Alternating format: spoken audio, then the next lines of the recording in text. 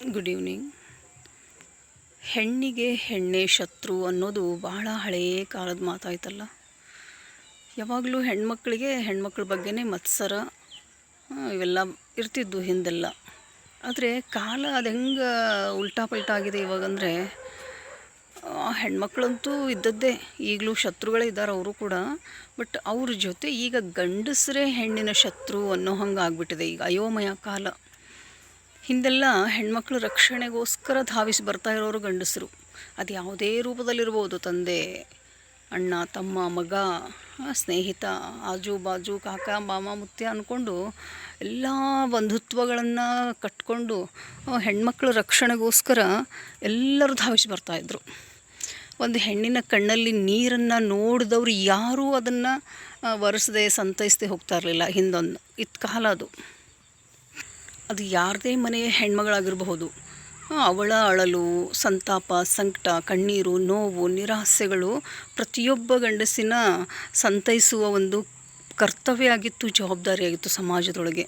ಅವರು ಅದನ್ನು ನಿಭಾಯಿಸ್ತಾ ಇದ್ದರು ಗಂಡಸರು.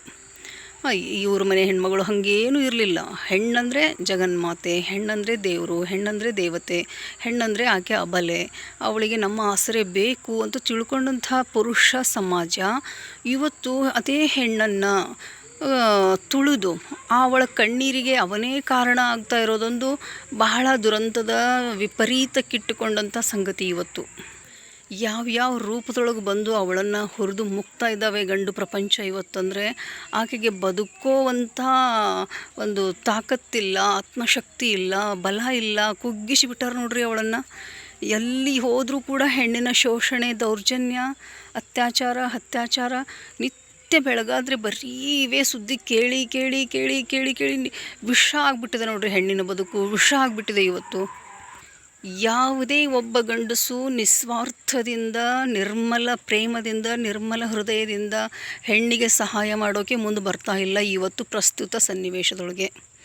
ಸ್ವಾರ್ಥ ತುಂಬಿಕೊಂಡು ಮೋಸ ವಂಚನೆಗಳ ಜಾಲ ಹೆಣೆದು ಎಷ್ಟು ಸಿಗ್ತಾಳೋ ಅಷ್ಟನ್ನು ಹೀರ್ಕೊಂಡು ಅನಾಯಾಸವಾಗಿ ಸಿಗಬೇಕು, ಅದರಿಂದ ಯಾವುದೂ ತೊಂದರೆ ಆಗಿರಬಾರ್ದು, ಜವಾಬ್ದಾರಿಗಳನ್ನು ಹೊತ್ಕೊಳ್ಳೋಕೆ ಬೇಡ, ನಮಗೆ ಯಾವುದೂ ಮೈ ನೆಕ್ಕಬಾರ್ದು, ಆ ರೀತಿ ಅವಳನ್ನು ಭೋಗಿಸಿ ಬಿಸಾಕೋದು ಇವತ್ತಿನ ಪುರುಷ ಪ್ರಪಂಚದ ಅದು ಅತ್ಯಂತ ಕಾಮನ್, ಸಹಜ ಅನ್ನುವಂಥ ಕ್ರಿಯೆ ಆಗಿಬಿಟ್ಟಿದೆ ಅಲ್ರಿ ಇವತ್ತು.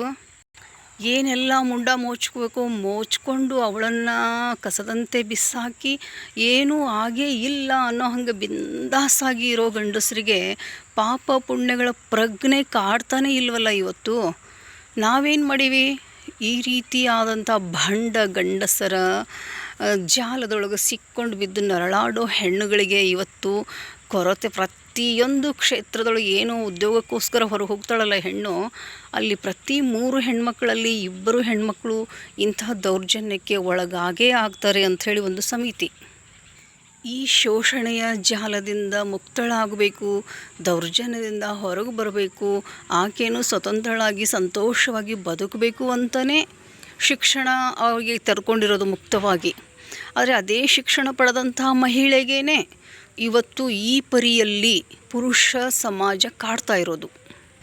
ರಕ್ಷಕರಾಗಿ ನಿಲ್ಲಬೇಕಾದಂತಹ ಈ ಪುರುಷ ಪ್ರಧಾನ ಸಮಾಜ ಭಕ್ಷಣೆ ಮಾಡ್ತಾ ಇದೆ ಹೆಣ್ಣಿನ ಭಾವನೆಗಳನ್ನು, ಹೆಣ್ಣಿನ ಜೀವನವನ್ನು, ಹೆಣ್ಣಿನ ಮನಸ್ಸನ್ನು, ಹೆಣ್ಣಿನ ಆತ್ಮಶಕ್ತಿಯನ್ನು, ಹೆಣ್ಣಿನ ಬದುಕನ್ನೇ ಇಂಚಿಂಚು ಕೊಲ್ತಾ ಅವಳ ರಕ್ತವನ್ನು ಹೀರಿ ಅವಳನ್ನು ನೆಲ ಕಚ್ಚುವಂತೆ, ಅಧೈರ್ಯದಿಂದ ಅವಳು ಕುಗ್ಗಿ ಹೋಗುವಂತೆ ಅದು ಹುನ್ನಾರವನ್ನು ನಡೆಸ್ತಾ ಇದೆ ಪ್ರಪಂಚ ಅಂದ್ರೆ ತಪ್ಪಾಗಲಿಕ್ಕಿಲ್ಲ. ಸುಮ್ಮನೆ ಮಾತಿಗೆ ಸಮಾನತೆ, ಸ್ವಾತಂತ್ರ್ಯ, ಅವಳಿಗೂ ಜೀವ ಇದೆ, ಆಸೆ ಕನಸುಗಳಿವೆ, ಅವಳಿಗೂ ಭಾವನೆಗಳಿದ್ದಾವೆ, ಅವಳಿಗೂ ಗೌರವಿಸಬೇಕು, ಇಬ್ಬರೂ ಸಮಾನರು, ಪ್ರಕೃತಿ 2 ಕಣ್ಣುಗಳು, 2 ಕೂಸುಗಳು, ತತ್ವಜ್ಞಾನ ಹೇಳೋದು ಬಹಳ ಸುಲಭ. ಆದರೆ ಅದನ್ನು ಆಚರಣೆಯೊಳಗೆ ತರೋದು ಬರೀ ಸಿದ್ಧಾಂತ ಆಗಬಾರ್ದ್ರಿ. ಆಚರಣೆ ಒಳಗೆ ಏನು ಬರ್ತಾ ಇದೆ ಹೆಣ್ಣಿನ ಬಗ್ಗೆ ತೀರಾ ವಿಪರೀತ. ಈ 2-3 ವರ್ಷಗಳ ಅವಧಿ ಒಳಗೆ ಹೆಣ್ಣಿನ ಬದುಕು ಬಹಳ ದುರ್ಭರ ಆಗಿದೆ, ಬಹಳ ಶೋಚನೀಯವಾಗಿದೆ, ಕೆಳಮಟ್ಟಕ್ಕೆ ತಲುಪಿದೆ. ಅದು ಕೆಲಸ ಮಾಡೋ ಉದ್ಯೋಗಿಯಾದ ಮಹಿಳೆಯರಿಗೆ ಹೆಚ್ಚು ಅಧಿಕ ಅಂತ ಹೇಳಿದ್ರೆ ವಿಪರೀತ ಏನು ಅನ್ನಿಸ್ಲಿಕ್ಕಿಲ್ಲ. ಹೆಣ್ಣನ್ನು ತಾಯಿ ರೂಪದೊಳಗೆ ನೋಡ್ತಾ ಇದ್ದರು. ಅಕ್ಕ, ತಂಗಿ, ಸಹೋದರಿ, ಎಷ್ಟು ಪ್ರೀತಿಯಿಂದ ಪೂಜ್ಯ ಭಾವದಿಂದ ಕಾಣ್ತಾ ಇತ್ತು ನಮ್ಮ ಸಮಾಜ. ಅದೆಲ್ಲವೂ ಯಾಕೆ ಇವತ್ತು ಈ ರೀತಿ ಕಳಪೆ ಮಟ್ಟಕ್ಕೆ ತಂದುಬಿಡ್ತು ಹೆಣ್ಮಕ್ಳನ್ನು ಅಂತಂದರೆ ಹೆಣ್ಮಕ್ಕಳ ವರ್ತನೆಗಳು ಕೂಡ ಅದಕ್ಕೆ ಕಾರಣ ಅಂತಲೇ ಹೇಳ್ಬೋದು. ಗಂಭೀರತೆ ಇಲ್ಲ, ಸುಶೀಲತೆ ಇಲ್ಲ, ನಡತೆ ಒಳಗೆ ಶುದ್ಧತೆ ಇಲ್ಲ, ಮಾತಿನೊಳಗೆ ಶುದ್ಧತೆ ಇಲ್ಲ, ಬದ್ಧತೆ ಇಲ್ಲ, ಯಾವುದಕ್ಕೂ ಅಸಡ್ಡೆ, ಚೆಲ್ಲಾಟ, ಹುಡುಗಾಟದ ಪ್ರವೃತ್ತಿ ಇರೋದ್ರಿಂದನೇ ಹೆಣ್ಮಕ್ಳಿಗೆ ಇವತ್ತು ಈ ಪರಿಯಲ್ಲಿ ಶೋಷಣೆ ಆಗ್ತಾ ಇರೋದು ಅಂತ ಹೇಳಬಹುದೇನೋ. ತಮ್ಮ ಬದುಕನ್ನೇ ಪಣಕ್ಕಿಟ್ಟು ಅದನ್ನೇ ಒಂದು ಬಹಳ ಹಗುರವಾಗಿ ಅವರೇ ಚೆಲ್ಲಾಟ ಮಾಡೋಕ್ಕೆ ತೊಡಗಿದಾಗ ಗಂಡು ಪ್ರಪಂಚ ಮೊದಲೇ ಅವಳನ್ನು ಹುರಿದು ಮುಕ್ಕಬೇಕು ಅಂತಲೇ ಸಿದ್ಧವಾಗಿರುವಾಗ ಮತ್ತು ಅದಕ್ಕೆ ಪ್ರೇರಣೆ ಯಾರು ಕೊಡ್ತಾರೆ? ಇವಳೇ ಮೂಲ ಅಂತಲೇ ಹೇಳಬಹುದು. ಇಂಥ ಚೆಲ್ಲಾದ ಹೆಣ್ಣುಗಳ ವರ್ತನೆಯಿಂದ ಪ್ರೇರಣೆಗೊಂಡಂಥ ಗಂಡಸಿನ ಮನಸ್ಸು ಎಲ್ಲ ಹೆಂಗಸರನ್ನು ಒಂದೇ ತಟ್ಟೆಯಲ್ಲಿಟ್ಟು ತೂಗಿ ತನ್ನ ಜೀವನದೊಳಗೆ ಬಂದಂಥ ಹೆಂಗಸರ ಬದುಕನ್ನು ಹಾಳು ಮಾಡುವಂಥ ಅಧಿಕಾರವನ್ನು ಕೈಗೆತ್ಕೊಂಡು ಬೇಜವಾಬ್ದಾರಿಗಳಾಗಿ ವರ್ತಿಸಿ ಅವಳ ಬದುಕನ್ನು ಇನ್ನಿಲ್ಲದಂತೆ ನೆಲ ಕಚ್ಚುವಂತೆ ಮಾಡ್ತಾ ಇರೋದೊಂದು ದುರಂತದ ಸಂಗತಿ ಅಂತಲೇ ಹೇಳ್ಬೋದು. ಯಾವ ರೀತಿ ಸಾಧ್ಯನೋ ಆ ರೀತಿ ಅವಳನ್ನು ತುಳಿಯೋದು, ಅವಳನ್ನು ಬಳಸ್ಕೊಳ್ಳೋದು, ಅವಳ ಭಾವನೆಗಳಿಗೆ ಧಕ್ಕೆ ತರೋದು, ಅವಳ ಗೌರವಕ್ಕೆ ಚ್ಯುತಿ ತರೋದು, ಅವಳ ಬದುಕನ್ನು ಮೂರಾಬಟ್ಟೆ ಮಾಡಿ ಗಹಗಹಿಸಿ ಅಟ್ಟಹಾಸದಿಂದ ಮೆರೆಯುವಂಥ ರಾಕ್ಷಸ ಪ್ರವೃತ್ತಿಯನ್ನು ಇವತ್ತಿನ ಗಂಡು ಕುಲ ತೋರಿಸ್ತಾ ಇದೆ ಅಲ್ಲ. ಅದಕ್ಕೆ ಅಹಂಕಾರದ ಮೂಟೆನೇ ಗಂಡಸು ನಿಜ.